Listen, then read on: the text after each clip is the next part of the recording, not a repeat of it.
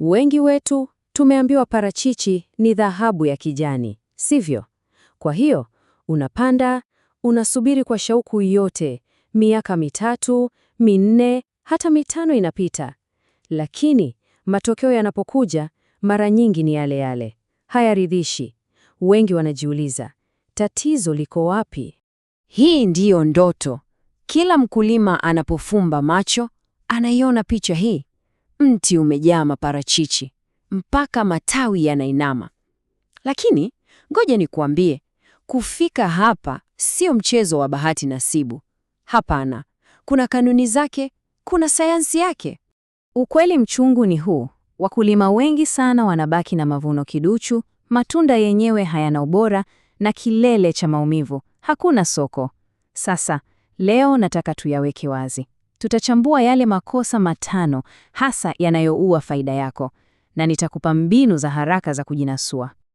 Okay, basi tuanze na jambo la kwanza na la msingi kabisa. Kosa namba 1. Hili nakwambia linaweza kuamua kama utafanikiwa au utafeli kabla hata hujaanza.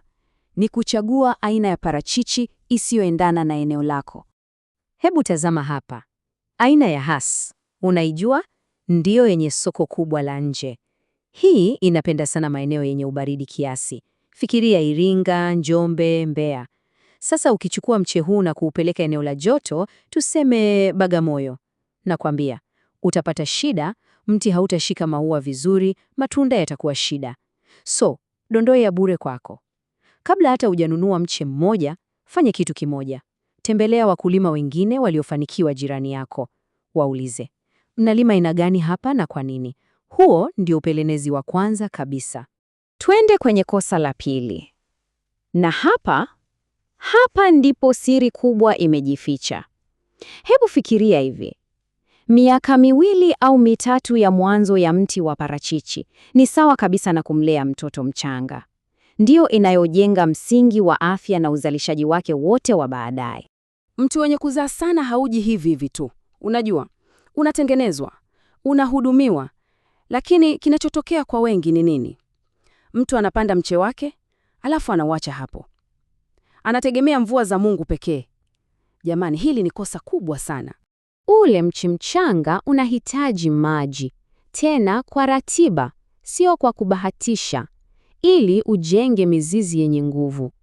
Kuwacha bila maji ya kutosha ni kama kumwambia mtoto mchanga, leo hakuna maziwa, hatafanikiwa. Na nikupe dondoo nyingine rahisi lakini yenye nguvu. Weka matandazo. Unayajua? Yale majani makavu, zungushia kwenye shina la mche. Yanaweka udongo na unyevu kwa muda mrefu na yanapunguza magugu. Kazi inakuwa rahisi. Sawa, kosa namba 3.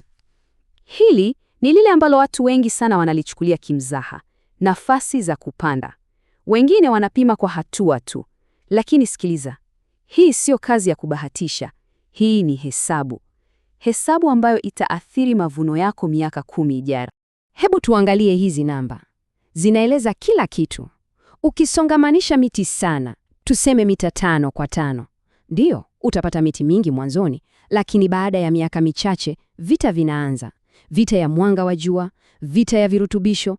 Itakubidi uwe bingwa wa kupogoa. Ukiipanda mbali sana, unapoteza nafasi. Sasa ushauri wangu kwako, kama unaanza na shamba dogo, labda jaribu mita 6 kwa 6, itakupa miti zaidi.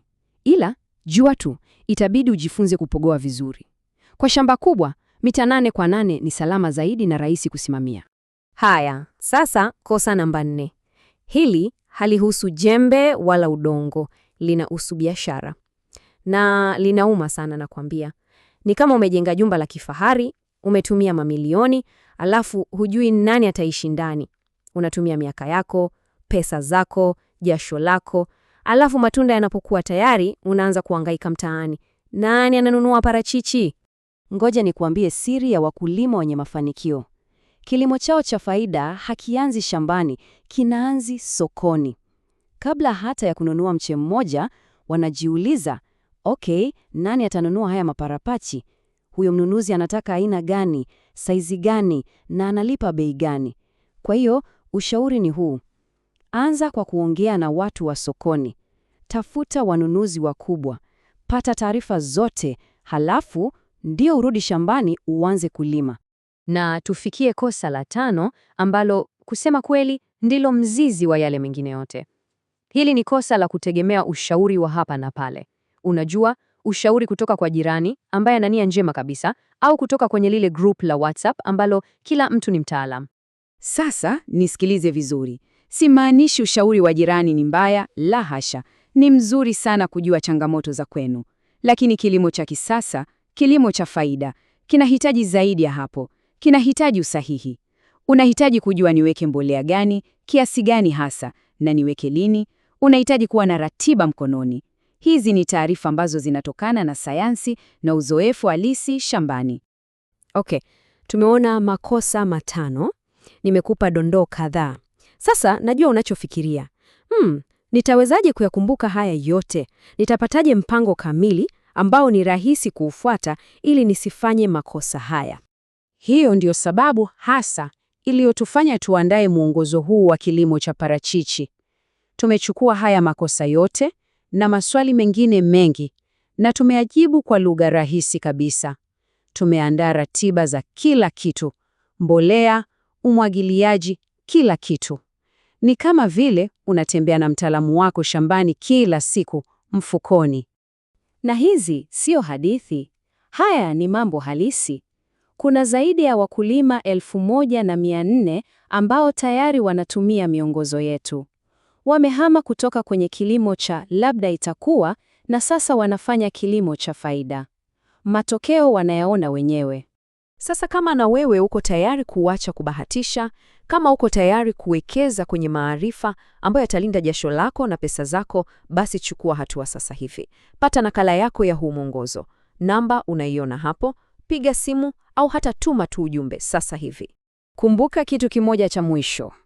Uwekezaji wako wa miaka mingi, pesa zako na matumaini yako ni vitu vya thamani sana kuviacha viendeshwe kwa bahati nasibu. Fanya uamuzi sahihi, wekeza kwenye maarifa leo ili kesho uwe na uhakika wa kuvuna faida.